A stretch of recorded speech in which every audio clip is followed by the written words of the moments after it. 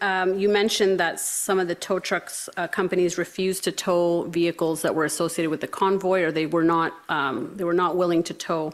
What's your understanding of why they were refusing to tow? Well, there are several reasons. The first was their own safety. I think they felt that trying to tow a vehicle without the site being secured in amongst protesters, you could imagine, it could be quite conflictual when you're trying to take someone's truck and people are still around the truck. So they were concerned about that.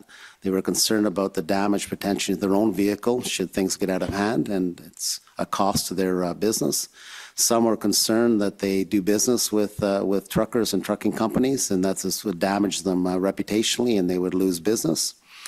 Some were sympathizers or supported the protests and didn't feel that they were going to offer their services to do it. Those were generally the reasons.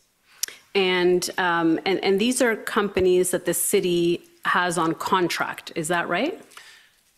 No, the city does have a towing standing offer, but we don't do a lot of heavy equipment vehicle towing. We have heavy equipment, obviously.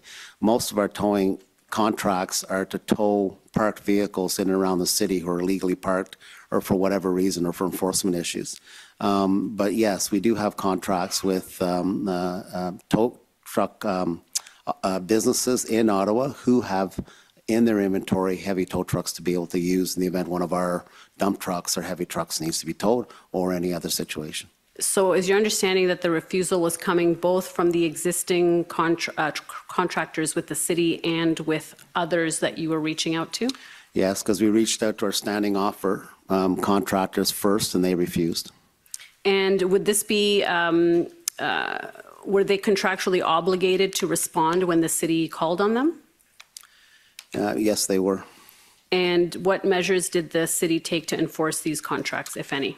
Well, it's a short time frame. You can't enforce it in a matter of days or weeks, but certainly our procurement people and our lawyers were looking at the contracts to start taking action against those tow truck companies. But you couldn't fulfill that in the time period that we had and actually take any significant action to make them do it. And even then, to make them do it probably would have been a difficult situation at that stage of the protests.